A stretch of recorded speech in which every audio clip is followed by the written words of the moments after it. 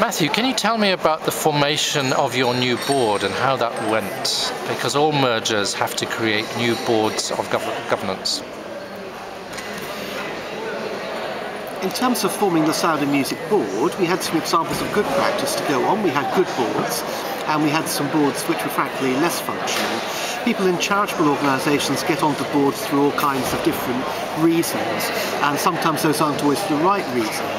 I think one of the things that we did well was in getting a mix of people who were artist practitioners, who had an understanding of the field we were going into or working into, and people that actually had some competency based.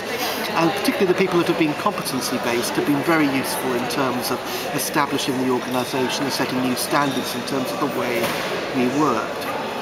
I think something I would say is that we should have formed the board much quicker than we did.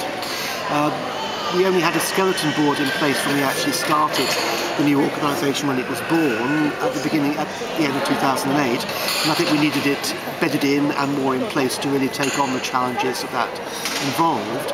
I think we also needed more of the people that had been involved in the steering group setting up the new organisation involved in that new board. We only had a carryover of a couple of people, and I think maybe that wasn't enough. I think also you need to be realistic in terms of your expectations of a board. There was a lot of people saying, well, we need to have big, new, heavy-hitting people coming on the board at an early stage. And the truth is that such heavy-hitting people are not necessarily going to want to be involved in your board if you're a new and unproven organisation. People back success rather than experimentation at that phase. So we should have, I think, had more respect and used more of the people that we already had. We lost some significant talent that actually went off our founder organisation boards that maybe should have had a role, more of a role to play in the new organisation. So I think those would be my chief learnings about boards. Make sure that when you establish your organisation, a strong board is in place. Don't undervalue your existing talent.